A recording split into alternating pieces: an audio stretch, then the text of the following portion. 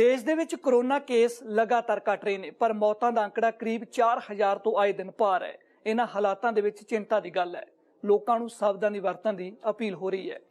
Pfizer company, जिनको कि America और कनाडा में 12 साल से ऊपर उम्र के जो बच्चे हैं उनको वैक्सीन लगाने की स्वीकृति मिल चुकी है।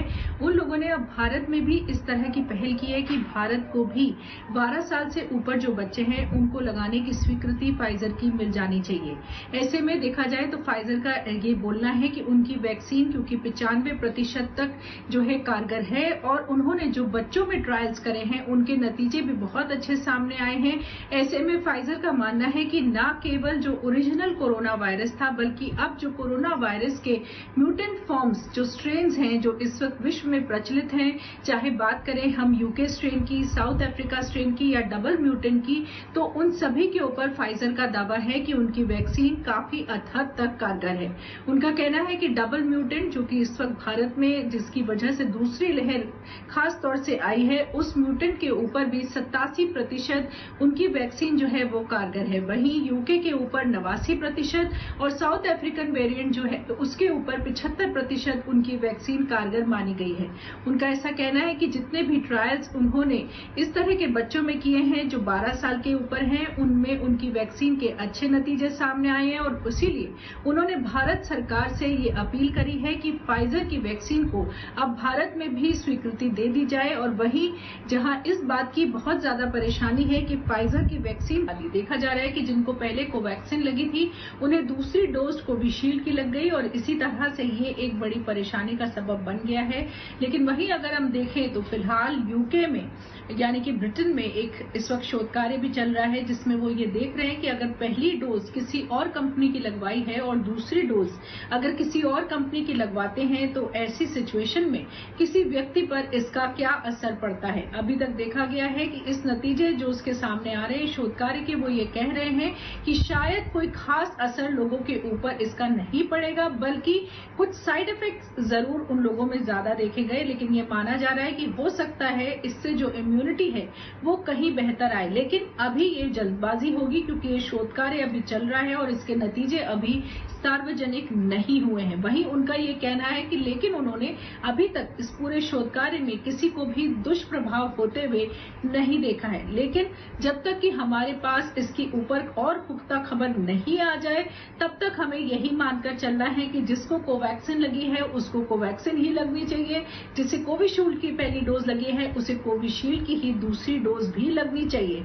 तो इस बात का प्रशासन को खास तौर से ध्यान रखना चाहिए कि जिस व्यक्ति को कौन सी वैक्सीन पहले लगी है ताकि वही वैक्सीन की सेकेंड डोज भी उनको मिल सके। तो तब तक जब तक कि हमारे पास इसके कोई पुख्ता रिजल्ट सामने नहीं आते तब तक के लिए हमें वैक्सीन को मिक्सअप नहीं करना चाहिए। देखिए, दोनों वैक्सीन का नेचर थोड़ा सा डिफरेंट है।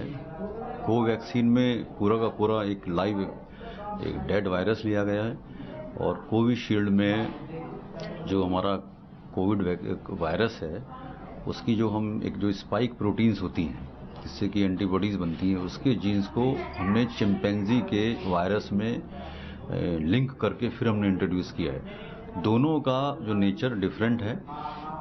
ऐसा तो कहना साइंटिफिकली गलत है कि एक डोज हमने कोवैक्सीन की लगा दी और एक वैक्सीन लगा दी हम कोविशील्ड की। साइंटिफिकली इस तरह की कोई स्टडीज नहीं है। ऐसा हो सकता है कि अगर ये वैक्सीन हर साल लगेगी तो इस बार अगर आपने कोवैक्सीन लगाई है या कोविशील्ड लगाई है तो ऐसा हो सकता है कि अगले साल आप दूसरी वैक्सीन लगवा सकते हैं। लेकिन 2 डोज का अगर शेड्यूल है, एक अगर हम कोविशील्ड लगाते हैं एक दूसरी लगाते हैं, इस तरह की कोई साइंटिफिक स्टडीज अभी नहीं है। तो साइंस के हिसाब से हम इसको अभी ठीक नहीं मान सकते कि एक वैक्सीन आपने कोवैक्सीन की लगाई डोज और एक लगाई आपने कोविशील्ड की। दूसरी तरफ अगर बात करें तो पिछले 24,86,000 नए केस सामने आए हैं और ये पिछले 44 दिनों में ये आंकड़ा सबसे नीचे है। क्या राहत की बात है? राहत की बात इसलिए है कि जो नंबर ऑफ जो फ्रेश केसेस हैं उसमें तो काफ़ी कमी आई है। इसमें हमारे जो लॉकडाउन है इसका भी बहुत बड़ा हाथ है। लेकिन दूसरी तरफ देखें जो हमारे जो डेथ है वो अभी भी उतनी हो रही है। उसका रीज़न ये है कि जो आईसीयू में जो पेशेंट सीरियस हैं उनका स्टे काफ़ी ज़्यादा है और लंग डैमेज ज़्यादा है, पोस्ट कोविड कॉम्प्लिकेशंस ज़्यादा हैं और ये पेशेंट्स का आईसीयू से बाहर निकलना हम जो प्रैक्टिकली हम देख रहे हैं वो काफ़ी मुश्किल हो रहा है। तो इसलिए जो नंबर ऑफ जो डेथ है वो करीब करीब अभी उतनी ही हो रही है, लेकिन जो फ्रेश केसेस हैं हाँ उसमें काफ़ी कमी आई है। स्पुतनिक वैक्सीन भी अगले महीने से उपलब्ध हो जाएगा। क्या जो अभी जो वैक्सीन के शॉर्टेज की जो समस्या है, क्या और जो वैक्सीन जो स्पुतनिक आने से क्या लोगों को बड़ी राहत मिलने वाली है? जी हाँ, राहत मिलेगी। देखिए हमारे देश की जो जनसंख्या है वो बहुत ज़्यादा है और हमारे यहाँ की जो अपनी कंपनियां हैं वो इतनी बड़ी पॉपुलेशन के लिए बहुत शॉर्ट पीरियड में इतनी डिमांड पूरी नहीं कर सकती है। इसमें सबसे बड़ी प्रॉब्लम क्या है कि हमें अपनी देशवासियों को कम से कम समय में वैक्सीनेट करना है। तो बाहर से वैक्सीन लेने के अलावा और कोई चारा है नहीं, क्योंकि समय बहुत कम है हमारे पास। और फाइजर के डोज देते हैं, लेकिन सरकार ने जो उनकी इंडेमनिटी रिक्वेस्ट है उस पर अभी कोई फैसला नहीं लिया है। देखिए सरकार का जो फैसला लेना या ना लेना इससे पे तो हम अपने विचार नहीं व्यक्त कर सकते, लेकिन ये है कि जो फाइजर की वैक्सीन है, जो mRNA वैक्सीन है वो काफ़ी इफेक्टिव है और उस वैक्सीन का वहाँ पे 18 साल से ऊपर के बच्चों में भी ट्रायल हो चुका है। तो वैक्सीन की एफिकेसी में कोई शक नहीं। हाँ, अगर ये यहाँ पे लॉन्च हो जाती है तो एक अपने में एक राहत की बात होगी।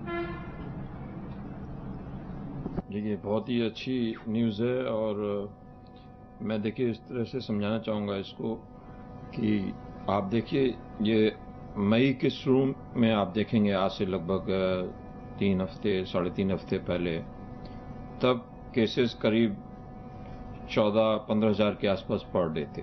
दिल्ली का मैं एग्जाम्पल दे रहा हूँ और धीरे धीरे धीरे ये केसेस कम होते गए और आज का आप डेटा देखेंगे तो दिल्ली में अबाउट 1072 पेशेंट लास्ट 24 आवर में कोरोना से पॉजिटिव पाए गए हैं। तो आप देखिए काफ़ी कमी हुई है केसेस में। और मैं इसमें योगदान देना चाहूँगा जो हमारा लॉकडाउन हुआ था उसका भी बहुत बड़ा योगदान है इसमें। लॉकडाउन से ये देखा गया पूरे कंट्री में नंबर ऑफ केसेस कम हुए हैं और दिल्ली में भी आप देखिए काफ़ी केसेस कम हुए हैं। और इसके साथ साथ मैं और भी कहना चाहूँगा कि लॉकडाउन के साथ अप्रोप्रिएट कोविड बिहेवियर भी लोगों ने काफ़ी अच्छे से निभाया।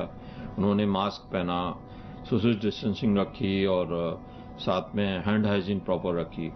और तो ये भी एक बहुत ही इम्पोर्टेंट चीज़ है।